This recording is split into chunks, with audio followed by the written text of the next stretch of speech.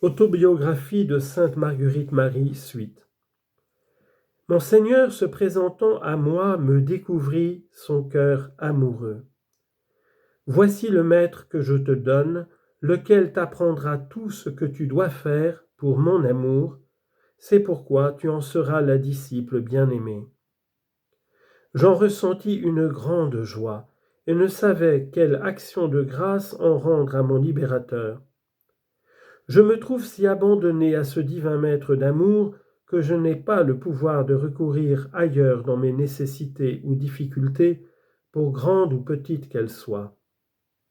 Je me sentais prosterné à ses pieds en esprit, lorsque je ne le pouvais de corps dans tous mes exercices, lui faisant amende honorable pour tous les cœurs qui lui étaient consacrés, pour les injures qu'il en recevait, me tenant devant lui en qualité de la disciple bien-aimée de son cœur, qui était mon repos, ma retraite et ma force dans mes faiblesses, lorsque me trouvant accablé de peine et douleur causées par sa sainteté de justice qui me réduisait à 2 doigts de la mort.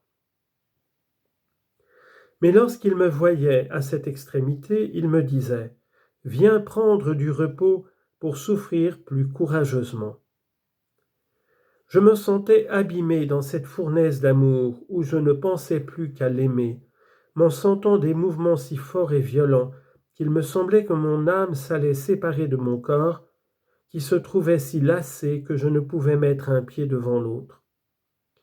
Il me fallait faire une violence continuelle, crainte qu'on ne s'en aperçût. Il me semblait que la tranquillité de la nuit n'était que pour me faire jouir des embrassements et amoureux entretiens de mon divin époux, avec lequel les heures ne m'étaient que des moments.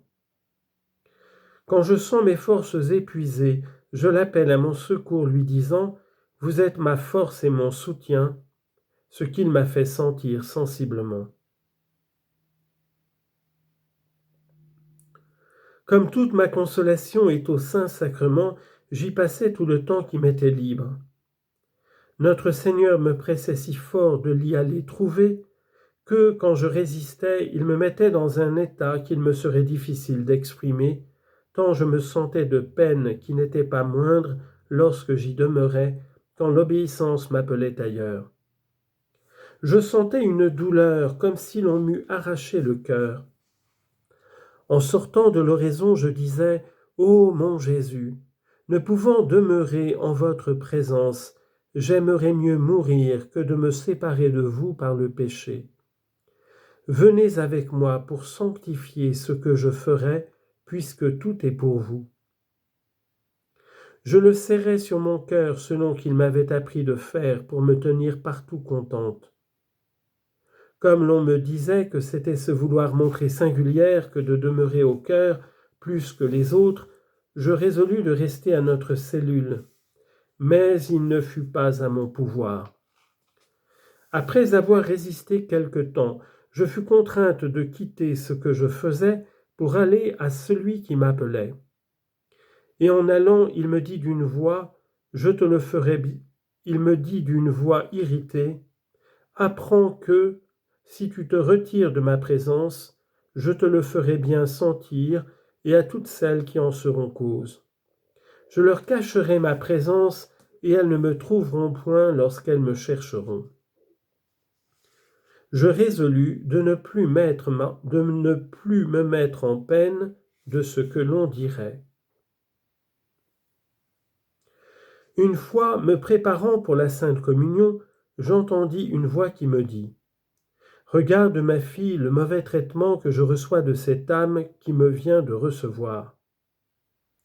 Elle a renouvelé toutes les douleurs de ma passion. » Me jetant à ses pieds, saisi de crainte et de douleur pour les arroser de mes larmes, que je ne pouvais retenir, lui disant « Mon Seigneur et mon Dieu, si ma vie est utile pour réparer ces injures, quoique celle que vous recevez dans la mienne soit 1000 fois plus grande, néanmoins me voilà votre esclave.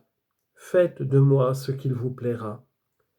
Je veux que toutes les fois que je te ferai connaître le mauvais traitement que je reçois de cette âme, lorsque tu m'auras reçu, tu te prosternes à mes pieds pour faire amende honorable à mon amour, offrant à mon Père éternel le sacrifice sanglant de la croix pour cet effet, et offrant ton être pour rendre témoignage au mien et pour réparer les indignités que je reçois dans ce cœur. Je demeurais toute surprise d'entendre ces paroles d'une âme qui se venait de laver dans le précieux sang de Jésus-Christ. Mais j'entendis la même voix qui me dit, « Ce n'est pas qu'elle soit dans l'acte du péché, mais dans la volonté qui n'est point sortie de son cœur, ce que j'ai plus en horreur que l'acte du péché même, car c'est appliquer mon sang sur une charogne corrompue par mépris, d'autant que la volonté au mal est la racine de toute corruption, incapable d'en recevoir aucun effet. » Je souffris à ces mots de grande peine, demandant sans cesse miséricorde à notre Seigneur, qui me dit un jour de Pâques après l'avoir reçu, « J'ai ouï ton gémissement, j'ai incliné ma miséricorde sur cette âme. » Ce qui me consola fort,